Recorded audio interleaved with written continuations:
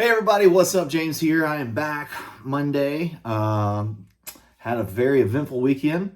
Saturday, as most of you or some of you saw, was out at the Brothers Murph studio where we made it through 4 scenarios.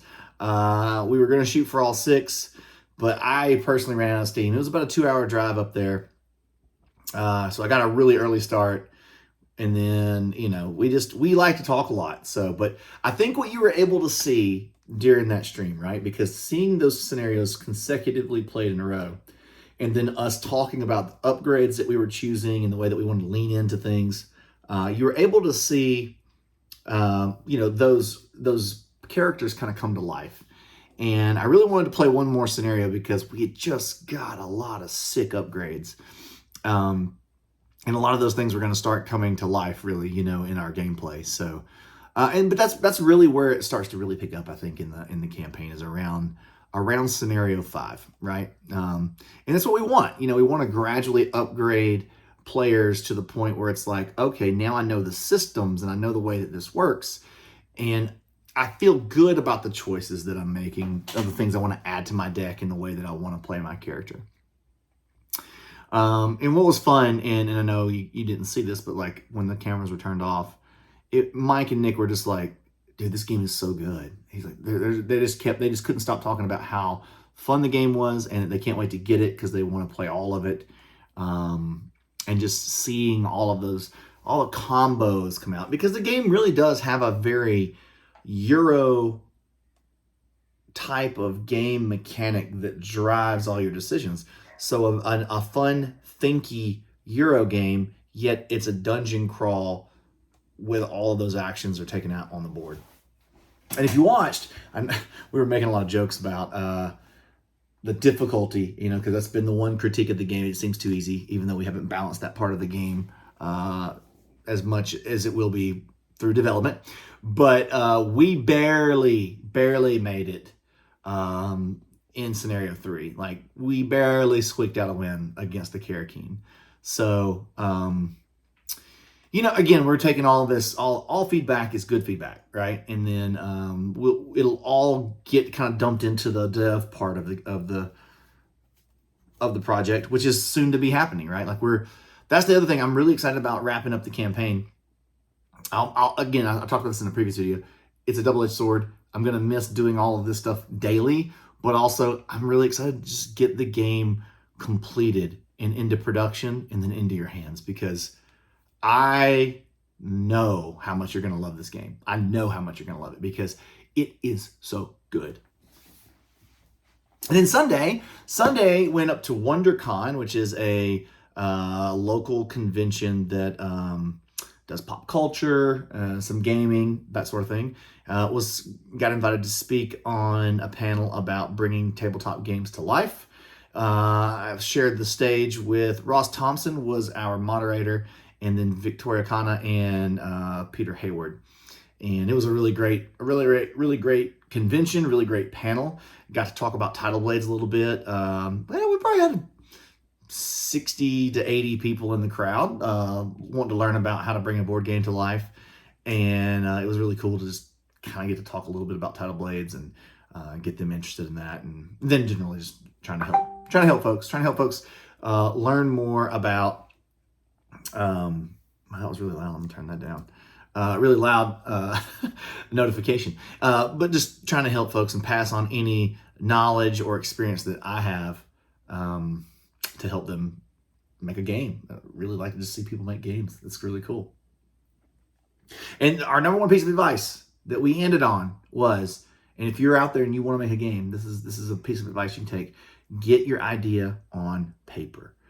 Just get it to the table. It doesn't matter if it's ugly. It doesn't matter if it's broken the first time. It's going to be broken the first time you play it.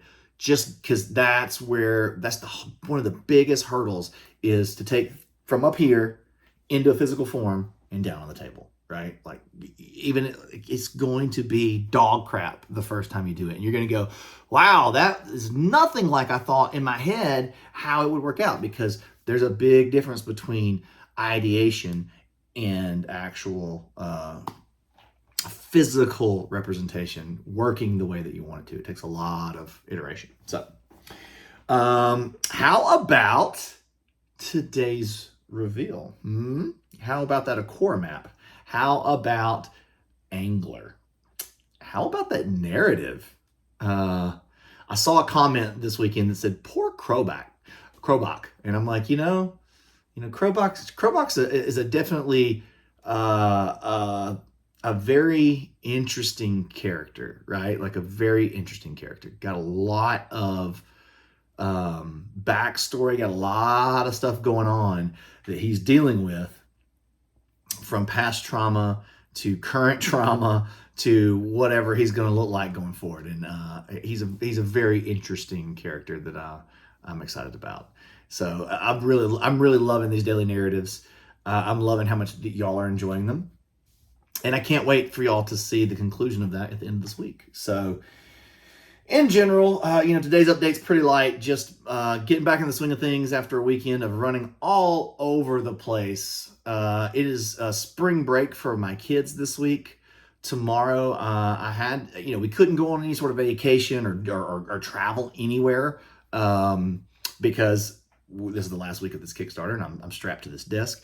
But I am going to take them up to the parks tomorrow. So tomorrow will probably be, we'll get the update prep for you, but just be on the heads up that I will be out and about tomorrow. And then Wednesday, Thursday, Friday, I'm strapped to this desk. We're taking this thing, that last 48 to 72 hours, we're going to drive this thing home. I really would love for this campaign to hit $1 million. I think it's that beacon point, right? It's like that big lighthouse moment to be able to say, hey, look, $1 million campaign. It's the $1 million club. And kind of going into some of those things that I talked about, like pitching for TV and film and some of the other items is like being able to go and say, hey, look, it hit $1 million, that sort of thing. That's visible because we'll easily go way over in the pledge manager, but they can't see that, so anyway, mostly just it's been a fun ride, and I'm ready to see it come to the conclusion, and I'm ready to get to work, get this thing into the printer for you guys and then into your hands. So, and if you are a Wonderlands War backer and you're waiting for, this is the week, it should start shipping this week. And I really wanted people to be able to get this while this campaign was live, because I think it's so impressive. Not, obviously the components, but right now, if you go look at BGG, we're at 8.5. It's 8s, 9s, and 10s is the majority of the scores. It's a phenomenal game, and I'm so happy for the team. Tim, Ben, Ian Moss, Manny. I'm just so happy for them. They put together something so cool, and I love seeing the backers play the game and be so excited about it.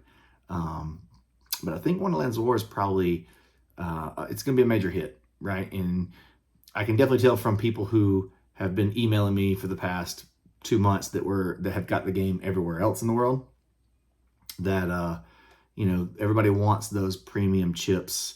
They want that deluxe way that we do deluxe stuff, because now they're like, oh, this game's awesome. I want the cream of the crop. And I just want to tell you that now, if you're watching, it's the reason why you're going to want to upgrade to deluxe stuff here. We do it to the nines. Like we go there. And so when you start to feel this experience, you're like, man, I wish I'd have got all the extra goodies, because this thing is so good. And I don't say that to like throw FOMO at you. I just mean it for like, I am you. Look behind me. When I enjoy a game a lot, right? And I know it's going to be it's going to live a long time in my collection. If there's a bunch of stuff for it that I don't have, I want it, right? I want the best experience I can have from that game. So I'm just trying to save you all a lot of heartache later, because I'm fielding all of this heartache right now for Wonderlands War.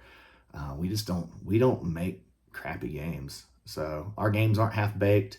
I know you get that a lot on Kickstarter. I've experienced that on Kickstarter, where you back a game and it's like, oh, this didn't go through development as much as it needed to, and this game's only half kind of baked. And I still like supporting people, because that's part of their journey.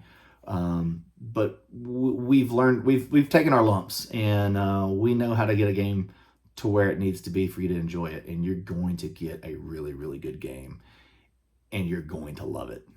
And if you don't, then you can always hawk it on the secondary market and get all your money back. Like, you don't really have that much to lose here. Like, our productions hold their value. You can, I mean, Alex at Board Game Co., he has a whole segment specifically around that. And, you know, he, of all people, got Tidal Blades 1 Deluxe and then didn't ever play it and sold it. Because he's like, I don't have time. And I'm like, I could throw a tomato at you, Alex.